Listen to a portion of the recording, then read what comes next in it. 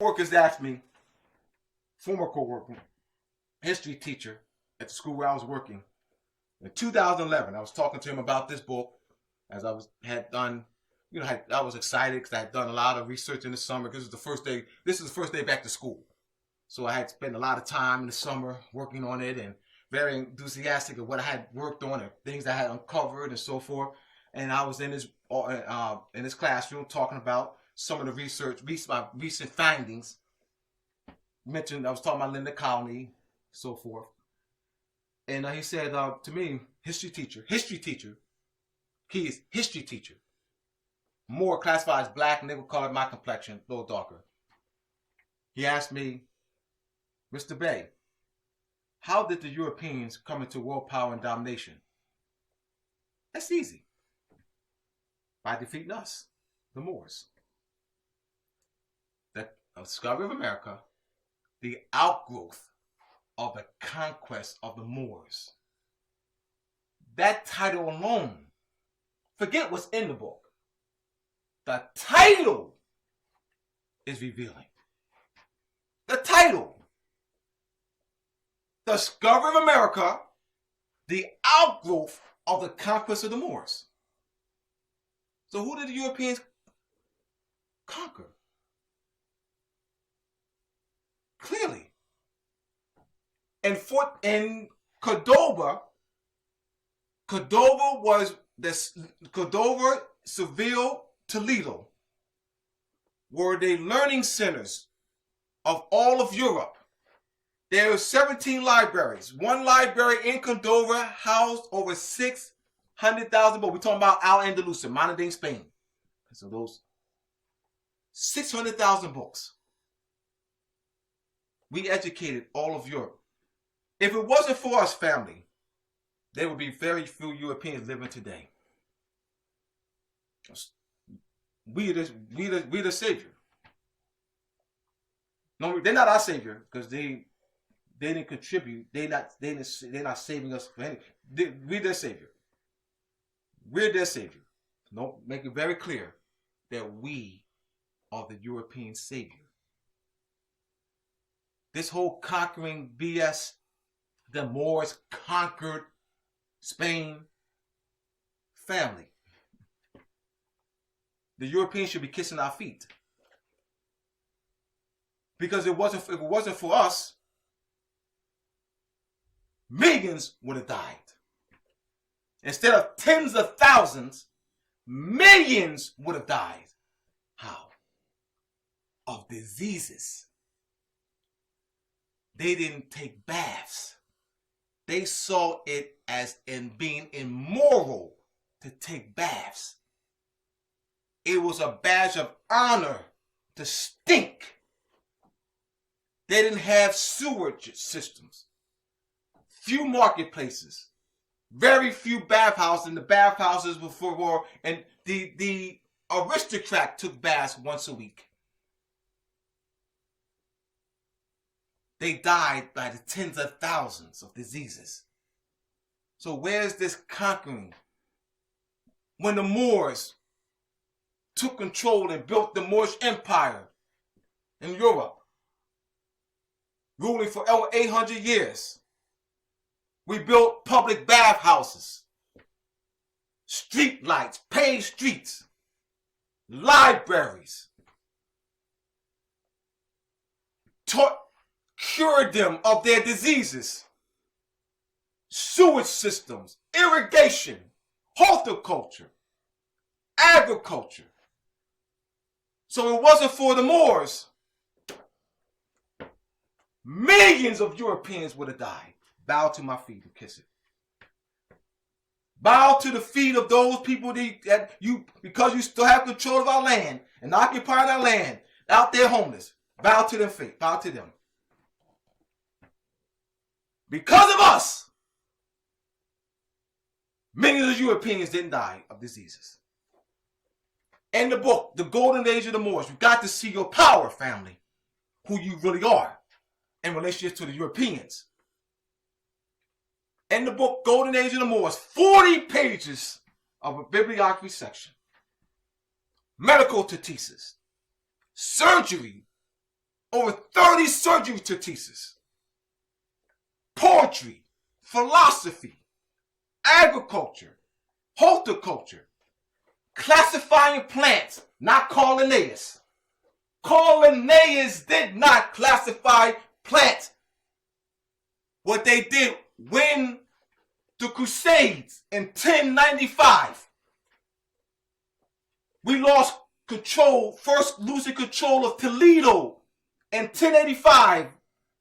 So the Knight Orders that's in Masonic orders today are actually military orders who rose against the Moors. Remember, we were civilizing them. When they took over, losing control of Toledo, Seville, Cordova, and holding on for additional 200 years to Granada, finally losing control of Granada in 1492. As I said, Linnaeus is given credit for classifying plants. Linnaeus, in his book Natural Selection, he was a naturalist, a Swedish naturalist in the 1740s, 30s, and 50s, and so forth. Book 1752. We had already done that. What they did was they preserved this. Yes, they burnt books. Yes, they did. But what they, prior to burning books, the Europeans aren't stupid. They preserved the knowledge, and they didn't burn all of them, but they preserved the knowledge in the translation, translating Arabic books, medical books, surgery books, poetry, philosophy books, astronomy books, horticulture, architectural books, and written in Arabic by hand, and translated to Latin. They preserved the knowledge through the translation from Arabic to Latin to English. That's how they did it. We built universities, cathedrals, mosques. The mosques were used as learning centers, not, oh my God. Because of our great knowledge in geometry, we're able to build the mosque that sound as you're singing. It what elevates the human mind. We were scientists. So the concept of Islam, this worshiping, what did the Moors do? The Golden Age of the Moors, edited by, I highly recommend you get the book, The Golden Age of the Moors, edited by Ira Van Sertima, with a compilation of over 20 articles. The History of the Moorish Empire in Europe by S.P. Scott, volumes 1, 2, and 3. J.A. Rogers' book, Nature Knows No Color Line, chapter 6. Study that in particular because he has the coat of arms, family crest, with Europeans, Moors, in the family crest of aristocratic European families. You also have Black Athena by Martin Bennell, volumes 1 and 2. Frank Snowden, Blacks in Antiquity. Blacks in Antiquity by Frank Snowden. And he shows over 100 photos of vases that they don't show in textbooks. Yeah, we're going to take a Greek class and we're going to learn about Greek history. Yeah. And they show the vases just of Europeans. They show busts of Europeans. Frank Snowden and Blacks in Antiquity show photos, not of drawings, of vases with dark Wesley Snipes looking Moors on it. Busts. Who are the Greeks? What do they look like in Greeks? We think that all of Europe looked like George Bush. Always. We think that the kings and queens, the dukes, the earls, the nobility of Europe look like Donald Trump. Always. this false. This is why I'm giving you these books here. I'm referencing. In order to change people, as you already said, you must change their literature. Moving right along. I'm going to read some excerpts. Let me show you some of the pictures. Let me explain. Before I erase this here. How much time we have on the thing on? That'll be good. We good. All right, good. Once again, moorsandmasonry.org, the name of the book, moorsandmasonry.org. If you want to order the book, the printed version or the PDF version, or you want to order the PDF version of the Illuminati, Illumination of the Mind, the Ancient Pineal Musical Scales, Pineal Gland, Melanin, DNA, and Cellular Memory. All right, and also if you want to order the newspapers, the 3 past issues, that's on moorsandmasonry.org. The 3 past issues of the Masonic Gate, I put out in 2013. It's the first, December 2013 was the first issue, titled The Astronomical and Geometrical Origin of Boaz and Jachin. The second issue, the Masonic Astronomical and Geometrical Origin of July 4th. The third issue, the Illuminati and Illumination of the Mind, which is an excerpt from the book. So if you want to order to say the book is $150 for the each newspaper article. These are the PDF files.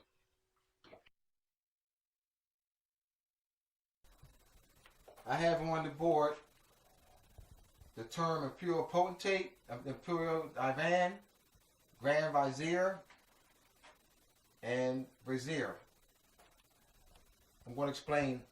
The ancient Arabic order of the nobles at the mystic shrine used as their organizational structure the term Imperial Divan. Now, where did they get that from? All right. Let me see. Where did they get that from?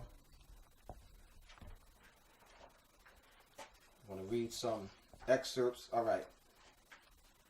I'm going to show you the Moorish origin. Once again, the ancient Arabic order of the nobles mystic shrine, presently called Shrines International, use this term Imperial Divan as the structure of their organization. Now, where did they get D-I-V-A-N from, the Divan? Where did they get that from? In the treaty of peace between England and Algiers, 710, November 10th, 1662, Article 2. If a controversy arises between an Englishman and a Turk, the Divan, D-I-V-A-N, shall decree justly concerning it, and it shall use their endeavor that the quarrel may be accommodated, and that the right and justice be administered to whom it is due. Articles of Peace from Great Britain and Algiers, October 30th, 1664, Article 1. That from this day and forever forward there be a good and firm peace between His Sacred Majesty, the King of Great Britain, and the Bashar Divan, once again, Divan, and the governors of Algiers, and the dominions thereunto belonging, and the ships, subjects, and people on either party shall not do or offer any offense or injury to each other, but treat one another with all possible respect and friendship.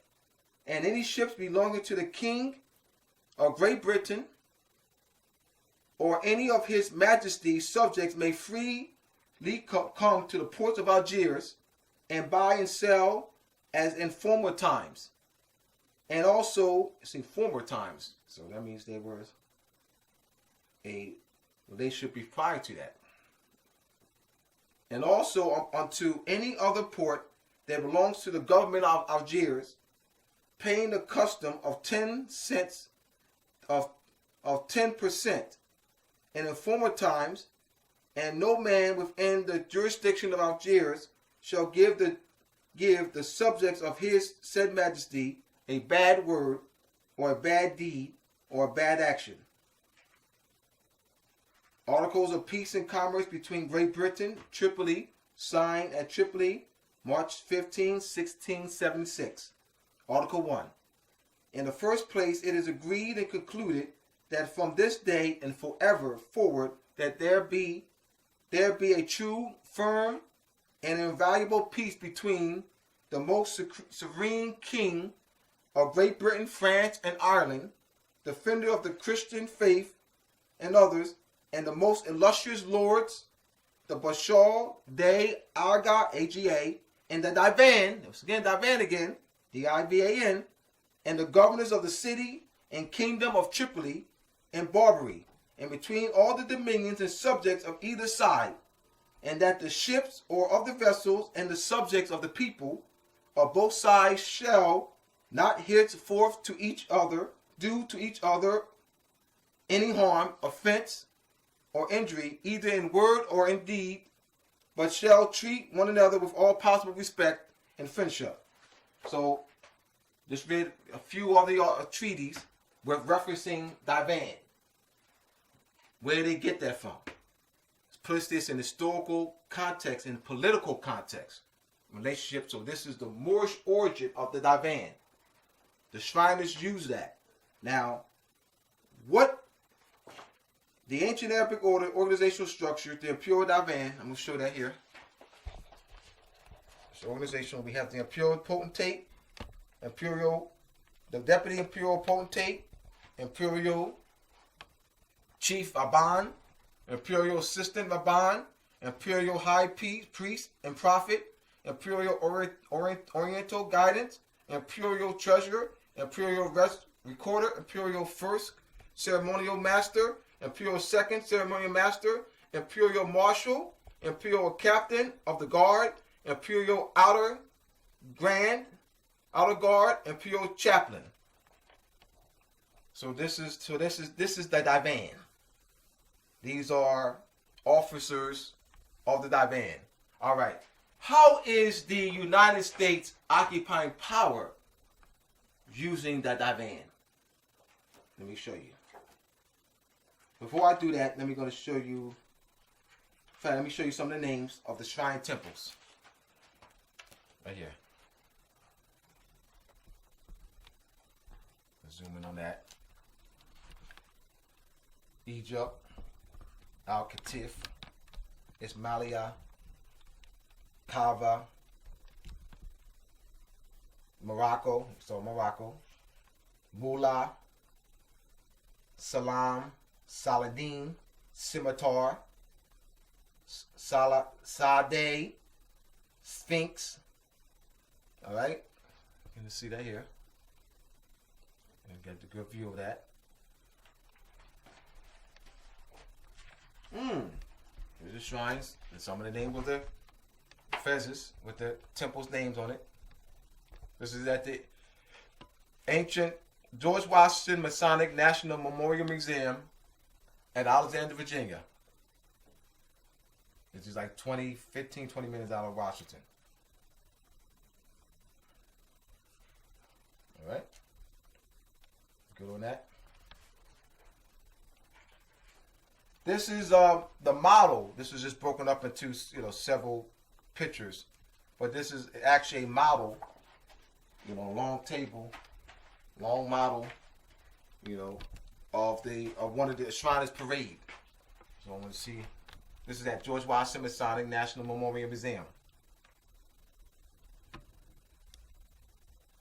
And it's hard to show the whole because we had to actually take individual pictures of the various sections. And I actually wanted each section to be on a separate page. That's expensive, because it'll add more color pages. So that's what I really actually wanted, so that way it could stand out, But I'd rather have this and not have it at all.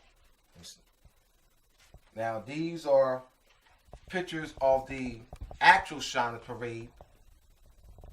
That was at the 2013 Shriners Parade at Indianapolis, Indiana, in 2013. Some more.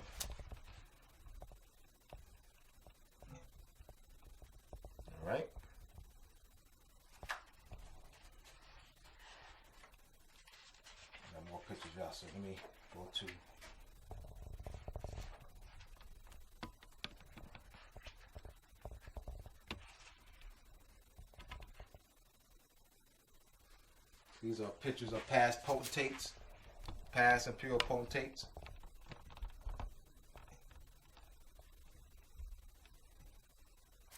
It's also on page 54. All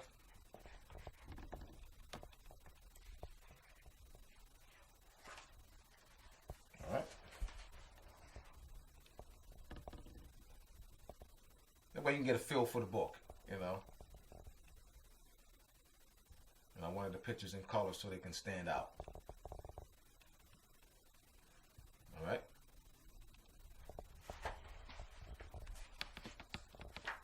That'll hold up. Is that long enough for me to hold it up, or you good on it? All right. All right. So let's let me break this down.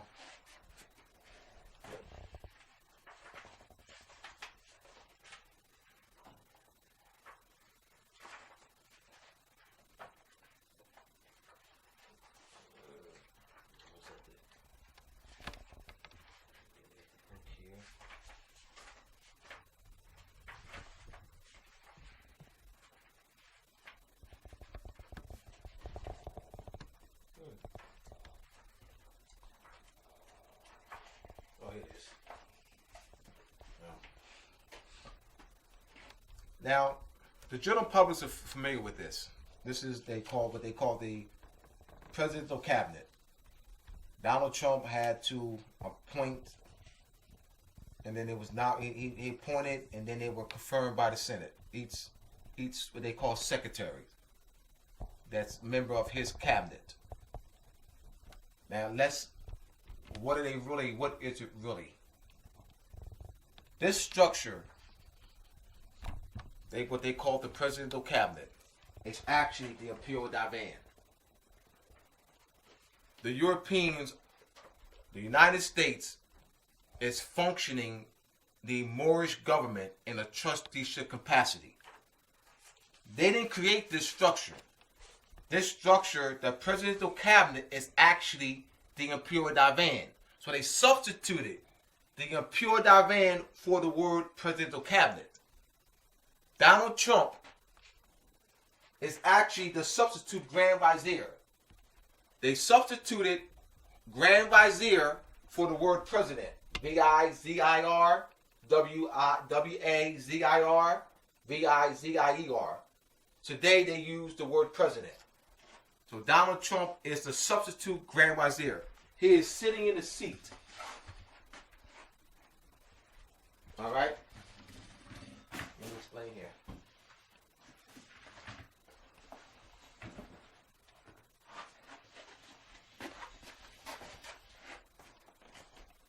All right? Let's say this is Donald Trump. All right? So this here. This is, people will call this the presidential seat, the presidential Oval Office. All right, but it is actually the office of the Moorish Grand Vizier. They are trustees. They're functioning our government in that capacity. Today, Donald Trump sits in the Moorish seat. Donald Trump is a United States representative, but the seat is not United States. Donald Trump does not sit in the United States office. I know the world calls it that. I know what the world says. I know people, because of social engineering, reconstructed history, I know the world will call the United States presidential office. It's not the United States presidential office. It is the Moorish Grand Vizier's office. They have reconstructed history. So Donald Trump, as a natural person, represents the United States. The seat is not United States. The seat is the seat of the Moorish government. He sits in the seat of the Moorish government in a trusteeship capacity. So Donald Trump, United States representative, all right, functioning and sitting in a seat that belongs to the Moors. We got to be clear on that, and I know it takes time. I know it's going to take time. I trust that this book helps, with a solid background of history. So you can see that the connection, Moors and Masonry. So this is the Moorish government. Because of the social engineering of founding fathers, Thomas Jefferson, John Jay, Robert Morris, Ben Franklin, Alexander Hamilton, that over and over again, National Constitution Center at Philadelphia. You go in there, you see exhibits of Europeans. Yeah, the founding fathers of this great country. So they have done everything to continue to perpetuate the lie over and over every avenue. Oh yeah, July 4th, Egyptian New Year. Yeah, July 4th. Yeah, we're celebrating the birth of our country. Our country over 200 years ago, in the year 1776, a new country was born. The United States, a new country, was born in 1776. Over again, every year, over and over again, over and again. All right, so you see this every year now. This is social engineering now. I mean, they got this entrenched in us, brother. I mean, that's tremendous power. They got this, they got us, boy. Entrenched. Yeah, man. You see Europeans with t-shirts on, right? Europeans with t-shirts on. They don't, they just have, just the landmass, the Moorish part of America, with the Star Spangled Banner. So Europeans probably walking around, July 4th. Yay, happy, July 4th of July. Yeah, this is the birth of our great nation. Wow. And people going to the Constitution Center. Oh, man, our great country was born in 1776, right? And so you got the Moors, man, they classified as black, nigger, of color. Yeah, man, we ain't had nothing to do with that, man. See, the Europeans, a white man, they brought us over here in the hells of holes of ships. You know what I mean? They made us. The white man built this country from our free labor. You know what I mean? This ain't our country. Afrocentric folks, those, Afrocentrics. This black man built this country on our fat slave back. You know what I mean? This ain't our country, man. We got to get back to Africa. This ain't our country. See? You hear me laughing behind your back. You talk like that because of the false history that they promoted. We're not in the frame of mind to reclaim our own government. Don't even know that they're trustees in our own government, of the Moorish government. They're not founders. Founders. All right. So let's look at. Move this back along. Click on that. Now, today, the European trustees of the Moorish government use the term secretary. Secretary of Defense. So let me go right to it.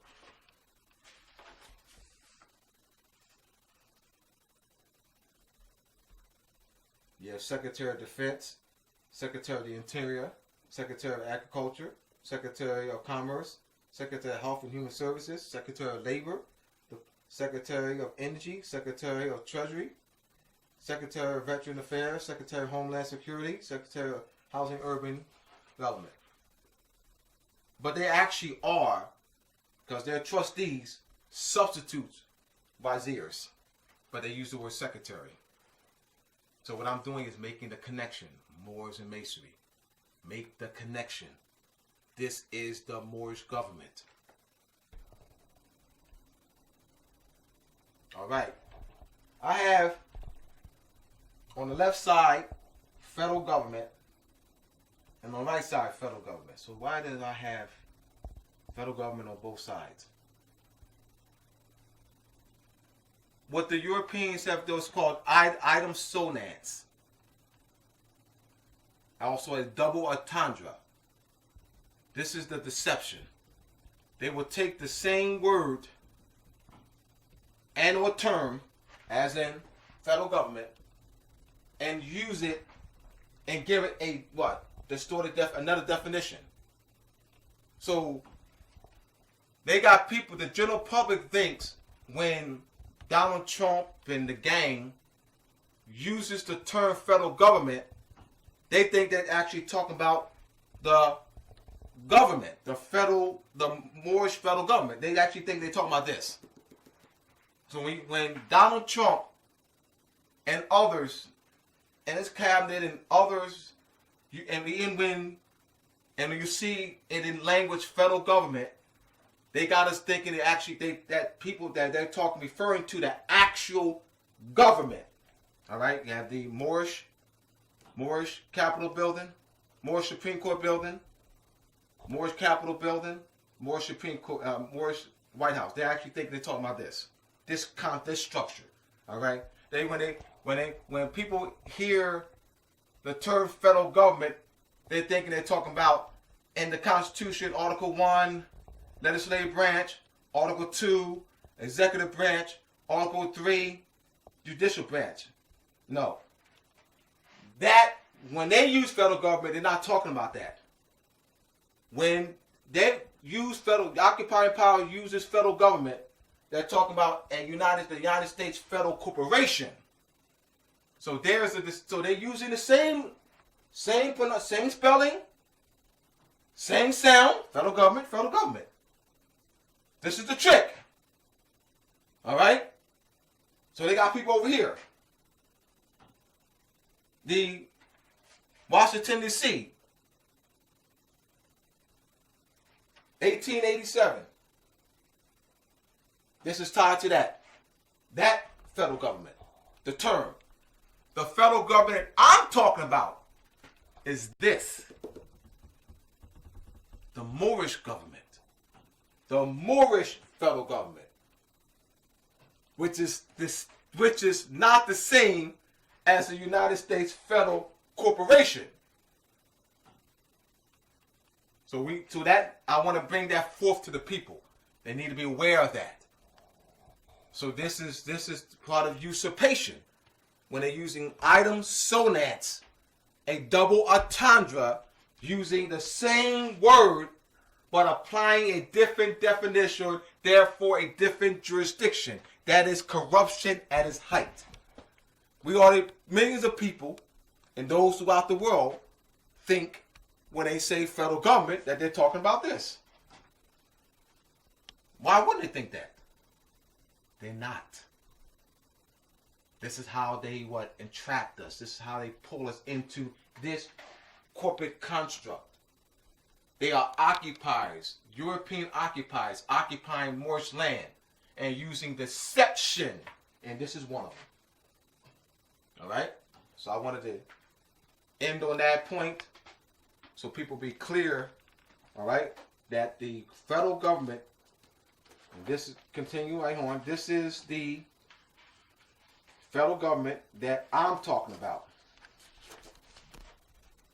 This is the federal government with the Moorish Imperial Divan. This is the Moorish Imperial Divan with these, they call the presidential cabinet. So the actual seat is the Moorish federal government. But Donald Trump, though he is sitting in the seat of the Moorish Imperial Divan, he himself is tied to this, the federal government on the corporate side. That's what he's tied to. And that's what he's pushing. He's not pushing this. He's using the seat, push over here. He's using the power of the seat to push that federal government. The corporate side. He's using the power of the seat. So the office is this side. The actual federal Moorish government. That's the seat he sits in. Donald Trump over here. The seat that he sits in, all right, here. Donald Trump over here. All right? And I know I don't expect people to grasp that in one setting. That's something that has to continue to be pushed over and over and over again with more writings from different authors, by myself. You know, we got to continue to push this. This is very important. This is very important that we make this point clear. And we can't say it once. I know better than that. I know that you're not going to get it one time. There has to be more extensive discussion, more extensive writing, coming from the Moorish perspective. So we can't take away when you just talk this one side. Come on, I'm talking to nationalized and conscious Moors. Hear me out, nationalized and conscious Moors. If you just talk one side, you're leaving a void in people's minds. So what is the name of the government? You're saying the United States is not a government. All right, that sounds good. It's true. It sounds good. But you're leaving a void. There's still a void. What you need to say, my nationalized Moors, is in the same breath, United States is not a government. The government is Morocco. You got to say it in the same breath. Don't leave a void. This picture doesn't leave a void. Don't leave a void in people's minds. Because all their lives they've been conditioned. United States government. Government, United States. What government you live in? United States. United States government. Government, United States. My great government, United States. United States is a great government. Government here, United States. That's all they know. So that you're going to think, oh yeah, United States is not government. Oh, they sure got it. Whew, I said that, man. Oh, man, Medino. Whew. Man, I said that. I told them that the United States is not government. They should get it. They're not going to get it. I mean, let's be real. They're not going to get it like that.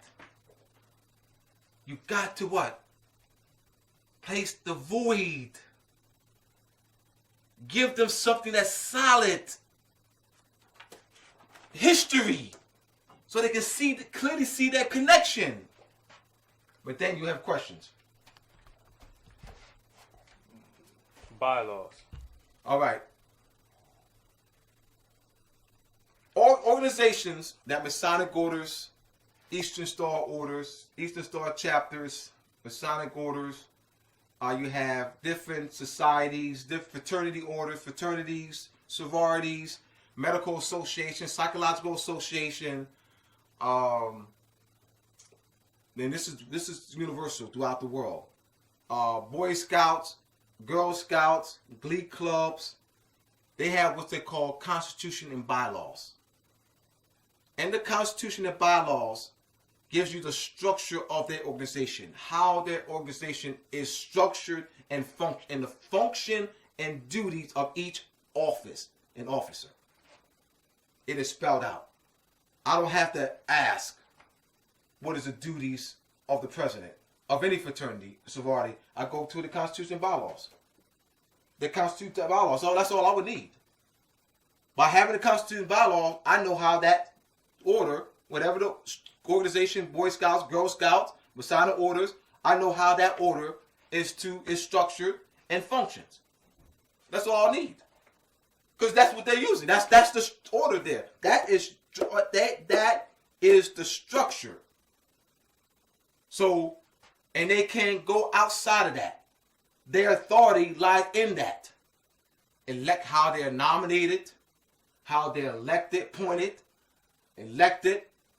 That whole process is the Constitution and bylaws. Everything is spelled out. Anything outside of that can be challenged. They do nothing outside of that structure, and they must follow that to the T.